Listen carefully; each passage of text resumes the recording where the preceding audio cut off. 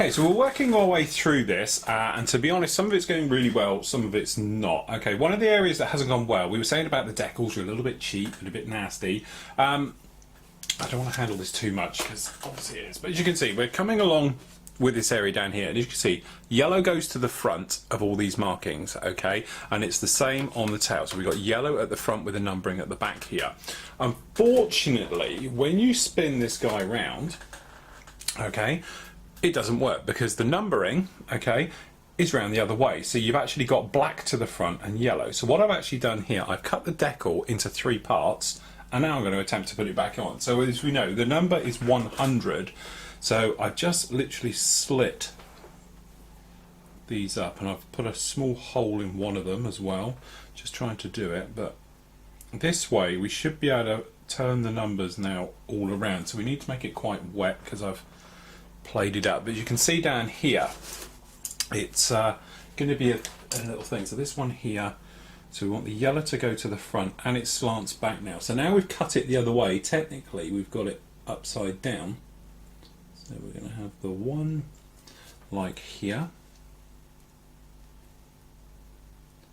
Move that up a bit so it doesn't affect the slime line. Okay, and then we'll got quite large carrier film, which is obviously the wrong way now, but if we place this on, I'm hoping we'll be able to just nudge this slightly into place. So if we do this, make sure you can see what we're doing. What you'll do is stand the lettering up, okay, so we're trying to judge distance between them all. Okay, so it's going to be one of those line of sight type things, and then we go and put the other one in, but it gets us around that problem of it being the wrong way up. Okay, so I think we need to just nudge these all around a little bit. So that one up there, this one can come in a little bit, we have to do a small little touch up perhaps in there, but there we go, we've got the 100 on there. But as I said, if you did it the other way, this yellow would have been round the wrong way, so it's a bit of a problem. You might be able to see down here, if we bring the camera in nice and close, you might be able to see we've got this is completely bubbled up and horrible. Okay, this is where we use X28 thinners on there. Leave it, don't touch it, but I don't know how well the camera is actually going to pick this up, but it's pretty speckly and horrible all down here. But this is one of those things. The other thing as well, not only is it bubbly and horrible, it's also very, very sticky. So if you used to stick your finger on that and pull away, you will smash it, it'll get stuck to your fingers, it will stretch, horrible. So just make sure you leave it as is with these types of things. Obviously you can buy setters and softeners that aren't quite as aggressive, okay, and this one is certainly more aggressive, but as you say, it's one of those ones where it gets the job done on this thinner decal. At the same time, remember, if you've got little holes, perhaps just down like in there, we're going to have obviously a little pitot tube or something like that is going to go around in there. So what we do, we've got a few little big bubbles here, we're just stabbing them, we're not cutting, we are literally just pinpricking. Let the air out as they all shrink back. Might need a couple of coats to get rid of that, but as I said, it's one of those ones where time is definitely more important than trying to rush through and things like that. So as you see, we're moving through quite well. We've made a couple of little hiccups I'll talk about you afterwards, like taking paint off, but that number, I wanted to explain that it's not the be all and end all. You can cut it, turn the letters up the other way and move through it like that. I probably just need to adjust it a little bit more. I'm not quite happy that's totally square and straight yet. We'll get that squared up and done, get the rest of them on, and then we can talk about a few little things.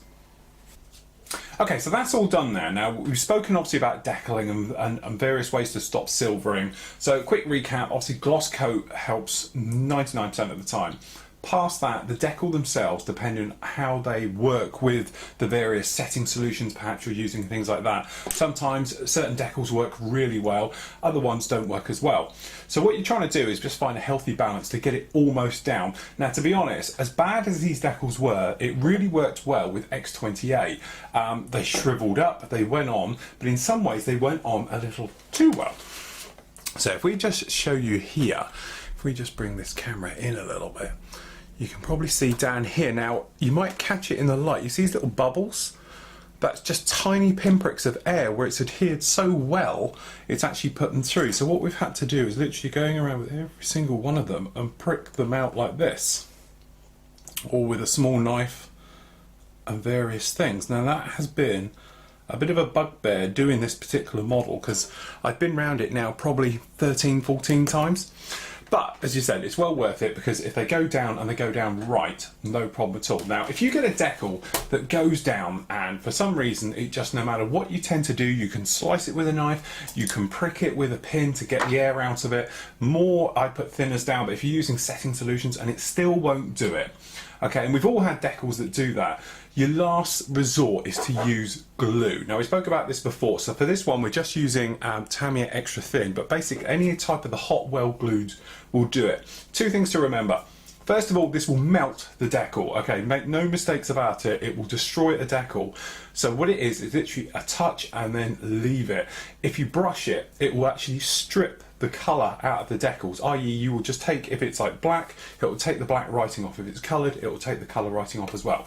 So it really is a last case scenario. Now you might be able to see, I've deliberately got some silvering. He says deliberately, I'm just being clever now. But we had some silvering which I haven't taken care of down here. Okay, so what we're going to do is just score it slightly with a blade, just a couple of little passes right the way over the entire decal. Okay, and then we're going to take our glue and then just touch it over the decal, not brush, dab and then leave. Okay, now you might have seen there I touched it twice, and you might be able to see just at the top there I've taken the tiniest bit of colour. It's in this corner up here, the top corner up there, tiniest bit of colour just out of that decal just up there. But as you can see, the silvering has now gone, but don't touch it, let it evaporate. Now it might shrivel up, it might go completely horrible, but trust me, if you've got a bit of problem decal that you just can't get rid of the silvering, no amount of pricking, something like that, then use a hot glue. But if you've never done it before, try it somewhere else. Now we've got another one just down the back here. I've just actually noticed it, so we're going to just do the same thing. Remember, you need to slice it first, this so it just allows the glue to get to the bottom. Okay, but it really is almost a one-shot thing, because if this goes wrong, okay, if we just get you in, you've had it. And certainly if you're on the area twice and things like that, it will be a real problem, because you will literally take the paint clean off. But as you can see, the rest of them all gone quite well. Navy down here has gone on very well. No silvering at all. Careful you hold it. As I say, that is going to be very wet for a considerable amount of time. Now, generally, all over, apart from this bubbling effect we had down here and things like that, it's actually gone on very, very well. So what we're going to do now is let those bits dry.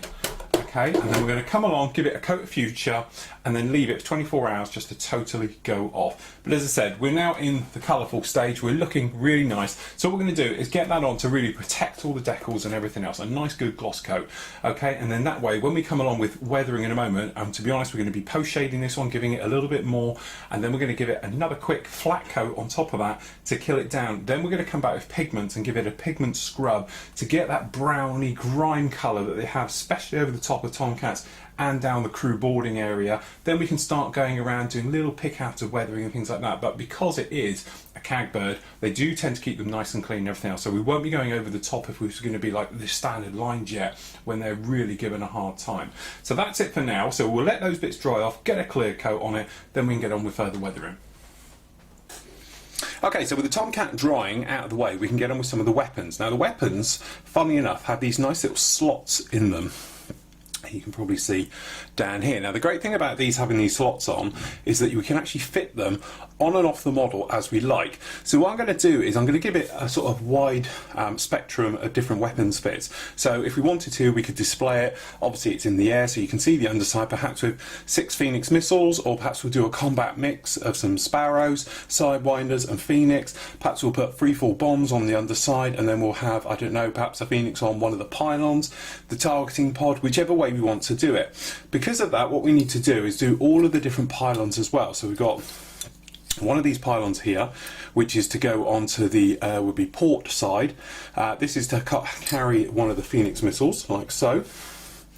We've got one here for carrying the Sparrow. The Sparrow missile will go up into this one here, like that. And then obviously we've got other ones as well. So we've got various ones for targeting pods and all the different fits we want to do on it. Now, when you're doing the weapons, obviously we get the decals, which are, you said, grabbing them like this.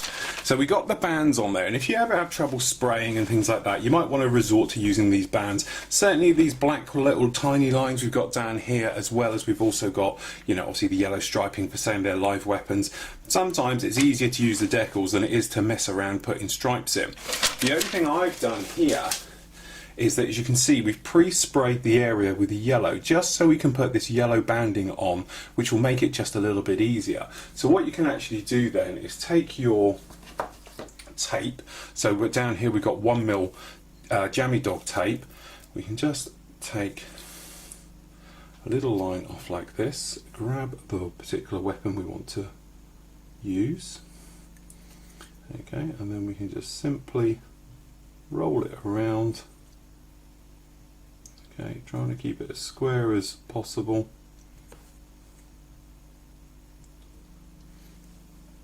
And then we just grab our scissors,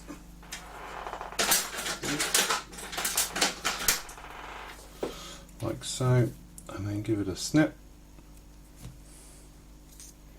and then give it a good rub in to make sure, and then obviously we can spray that now with the combat colour, which in this case obviously going to be light gold grey, light ghost grey, sorry, but also we can spray the nose. So what we can actually do now, if we just show you on this one, is spray the nose section white as it is on this particular one. So we're just going to grab white paint again, like we've been doing recently. We'll be spraying this neat. That's an old one, that's an empty one. The reason for spraying it neat is twofold. First of all, it gives it a little bit of texture, so it's not a totally smooth glossy nose, because it wouldn't be in real life. And secondly, it'll dry very, very quickly, okay, and you won't get any bleed through underneath. So I'm just going to do a tiny little cut. All I've done here is I've removed the colour cup from the top of the airbrush. It just makes it a little bit easier. So all we're going to do is just spray the nose. There's a little bit of yellow left over. There it goes. Okay, and we're just going to spray this nose section white. And then what we'll do is we'll mask this as well. And then when we've got both all masked and dry, then obviously we can do the other colour, unmask it, and the other little details we can put in. So you might want to do the rocket motor, which is brown at the back. But what I'm going to do now is go round and put all the yellow bands in and the white nose. Obviously the Phoenix missile here is going to have a white nose as well. So between the two we can mask them up, no problem at all, and then we can go around and just give them a coat of gold grey all over. Then we can add the decals. So I'm just going to work through those. So as you can see, we've been carrying on with those weapons. Just to bring it up to speed, what we actually did, we spoke about earlier, we basically just masked them up and painted them. So for argument's sake, here we've got the nose we masked off, okay, we've got the bands of yellow we put in there, and then the rest of it's just done with a light gold grey. So if we just pick one of these, so just popping a blade just underneath, say we used the 1mm the 1mm jammy dog tape. Which way we put these around there, very carefully, because they're still a little bit wet. Okay, and then we just take the nose off by the end of the tape. Now when you're masking up anything, remember the old trick about putting it on the back of your hand so it absorbs the oils, the tape. So obviously you put your tape on like this, put it down, peel off a couple of times and then use it. That way you won't get any residue left on your parts. But as you can see, we've got one very nicely painted up, solidly done Phoenix missile. Now the rocket motor that goes in the back, I made a little bit of a mixture here. We mixed a little bit of red and we brown to make a sort of rusty colour for these rocket motors, and they're quite a nice simple push fit up the end, just like that, which gives us our Phoenix missiles done. Now obviously we've got lots of decals to go on here, but we'll let them dry. We did exactly the same here with these Sparrow missiles. Now, as we said before, we're not sure or totally sure which one we're going to use. So, I'm desperately trying to find the end here. We'll have to cut this one. Can't find the end of the tape. Which would be quite handy. There we go. So if we can just peel this down.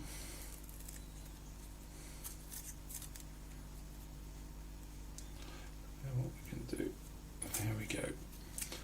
So this way we've got all the weapons covered for every stage. So this rear one, we just use a little bit of flat brown to do the band at the back for the rocket motor, and then we've got one on the front here which is the yellow for the warhead, showing it's live. Okay, and then all we did was hand paint the fins with flat black. So there we go, that's two very nicely detailed Sparrow missiles. Again, there's other decals to go on there, but those ones will be quite straightforward to put on. Same exactly with the Sidewinder. So there again, we've used the yellow, but we didn't use the brown on this because the brown has other decals that go with it. It'll be a very nice, easy fit to do. All we got to do though is change slightly on the back. The actual call out says it's got black fins at the back, but say you look at any reference photos like we got up here, it doesn't show them. It just does them black on the front and at the back. So all we got to do is the little gyros that spin the opposite direction, stop the missile tumbling away when it's fired, and go through a high-speed turn. These are all just get a little bit of something like a very sort of dark silver, something like that, an aluminium type colour, just like that. Then say lots of decals to go all over that one, which will really bring those to life. At the same time, we've been going around, and as I said, we've been touching in a few little spots we had to do on the bottom of the fuel tanks just to make them a little bit more realistic. And I've got one here that I've given it a coat of the weather and wash as well, just to see how it's going to come out. Okay, it's still got a little few wet areas, but it's something we can look at. So what we're going to do is get these weapons all deckled up, everything else like that. I've done all the pylons at the same time. Again, to be honest, they're here with the wash, which we'll cover in a moment, just so literally everything's done in this area. So we're going to get the Tomcat back, do a little bit of more freehand sort of weathering on it, things like that. We can get a wash on it, get a sealer coat down, and really start to bring it together. Okay, so we've got the Tomcat back in here, and as you can see, we've already done the top side by really just trying to grime it up again and make it really, really dirty. So we've still got quite a bit to do on the underside. For this, what we're actually using is a sort of an old favourite that I haven't used in quite a few builds now, but this is Tamiya X19 Smoke. Now, X denotes that it's a gloss, and because it's a gloss, it'll just make the next stages go down very easy. Okay, so like things like putting on the weathering wash and bits like that. The colour itself is very oily type of colour, so it lends itself quite well to this type of process. So what we're trying to do now is just literally going around all the areas like we did before, and we're just literally going over the top of decals to sort of lower them down, okay, to grime them in, just give it all that nice blend in, you know, the yellowing, and really just trying to keep it all nice and grubby. Okay, so we're just going around all panels, access areas, again trying to keep it quite random and just trying to blend through. Okay, but because it's a gloss as well, it'll just be quite easy and nice to stick to as we're going right the way around the entire model. But certain areas are going to be quite grimy, so obviously I'm taking it that underneath is always going to be quite grimy. Down these engine racks, slight little bit of spray going over these exhausts, over the nozzles, you know. I'm really just trying to grime it up, and then what we're trying to do is build up a little layer. We've run out there, building up a little layer right the way over it to actually sort of, you know, act as a gloss coat again, so we don't have to put another one on. The other thing you can do is take a little bit of flat black we've got here, as we've used it. Okay, now heavily thin it, so lots of thinners going in here. Alright, and then what we're going to do, we'll use a paintbrush to hook a bit out, a little bit on a paintbrush into loads of thinners like this. Okay, and then pop it in. And this is a good way of making up your own oily mix. Okay, because a little bit in there, that's really like Tamiya Smoke, but it's a little bit flatter. Now I'm just going to add a little bit more paint to this because I want it to be a bit stronger, and we're just going to pick out some staining. Okay, so what we're looking for when we're doing staining work is just trying to pick out perhaps where you would get a little bit of, shall we say, oil, grime, things like that coming out of certain areas. So what I tend to do is rotate the model obviously towards me, okay, and we're using the geometry of airflow going back, so everything we spray goes that way. Okay, so we just put that through. Okay, so what we're going to do is find little lines and just blowing to this side. So obviously I'm putting the paint down so it hits just the other side of a panel line, okay, and then goes back. Okay, right the way over. So we're just literally got little areas. We've got obviously where these joins are, just blowing it back. Little bits off of wing joins. Okay. That side of any line as we work our way through. Okay, perhaps little bits on gear doors. Okay, and all you do is just give a shadow effect of everything running backwards. Again, once you've made a pass like this, what I tend to do is just do a couple of larger flick areas right the way over. The reason for doing that is like a blending agent, so it keeps it all quite blended, okay? So again, we're just popping little areas in. Okay, we've got a little vent type thing here. Flicky movements upwards. As soon as it looks wet, come off of it, go somewhere else. So for this one, we're going to go down the other side. And all we're trying to do is make a stain or a very small effect. We're not trying to actually change anything here. We're just trying to add all to it. So if we just turn it around slightly, again, we've got perhaps a little bit off of here, just down these insides of the doors.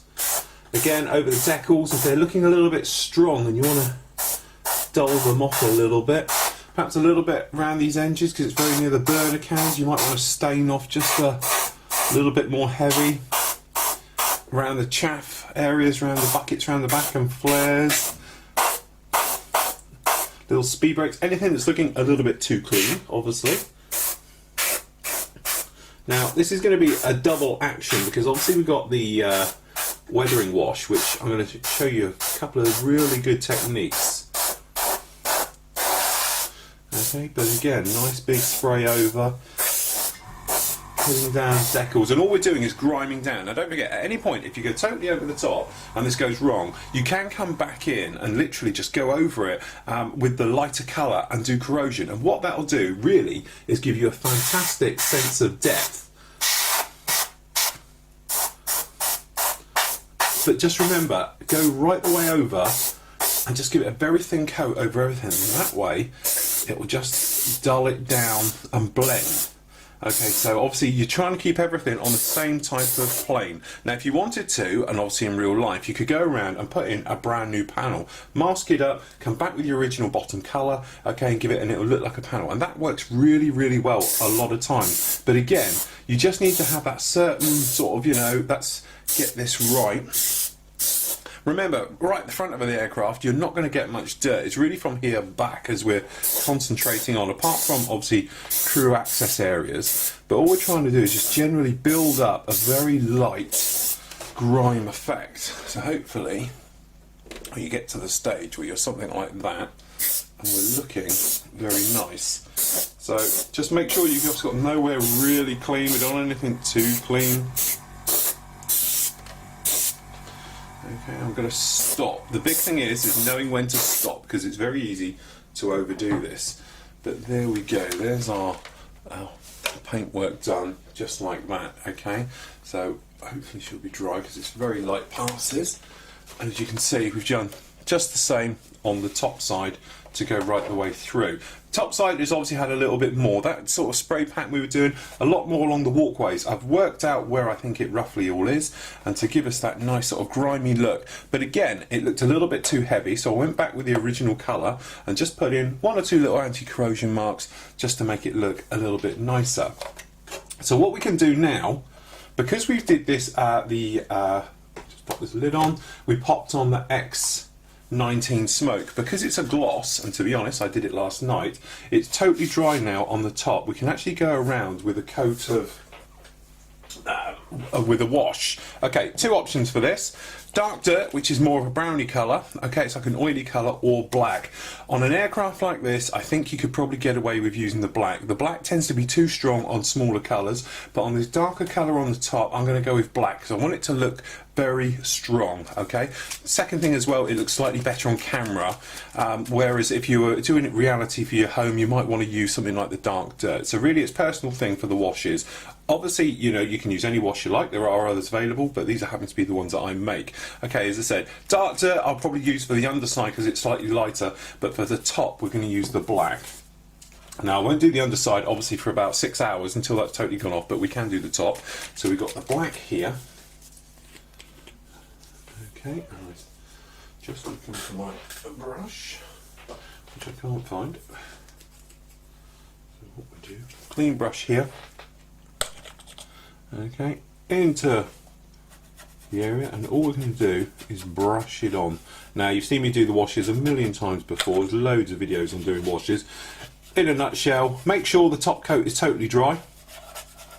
Okay, depending on what you go over will give you a different finish. Okay, so if you're going over something like a flat finish, obviously you're going to get an extremely grimy look to your model and dirty. That's purely because it gets caught in the surface texture of the paint and it can't get away. If you're using it over a gloss finish, then obviously you'll end up with a very nice grimy look, but not so much in the paintwork. It'll literally just be in your panels.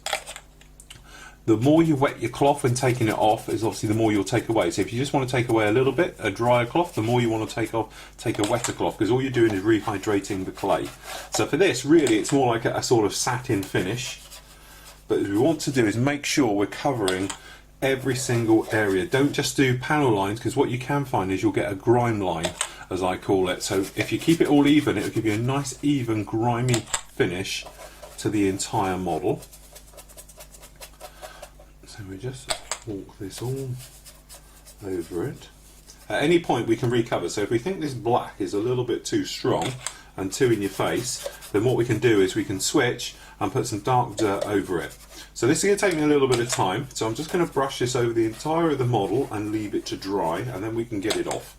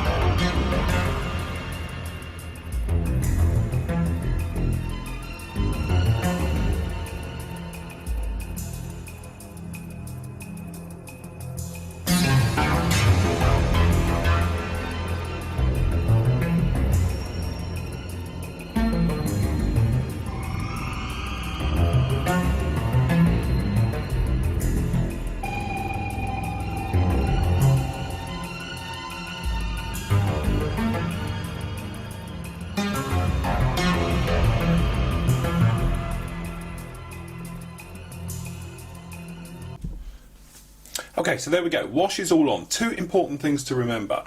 Okay, let it totally dry. As you see it like this, you can see obviously lots of wet down here, but we've got these wet spots down this wing. If you used to wipe it off, you get little holes in all the wash, so we want to keep it even. So a common mistake with people with washes, they'll come along and they'll think that'll do and they'll wipe it off. It has to totally dry. Best thing to do is leave it overnight to totally dry off, come back, and then you can get it off. But say if you take it off with these little wet dots all over it, you'll get clean spots, and obviously if you've got them especially down this area down here, what will actually happen is when you wipe it away, you'll get it in the panel line and then it'll stop dead because you've cleaned it out. Because what happens is the cloth physically sucks the clay and the water out of all the panel line. So just sit back, relax, do a few other jobs, okay, and then we can come back and we can get it all off.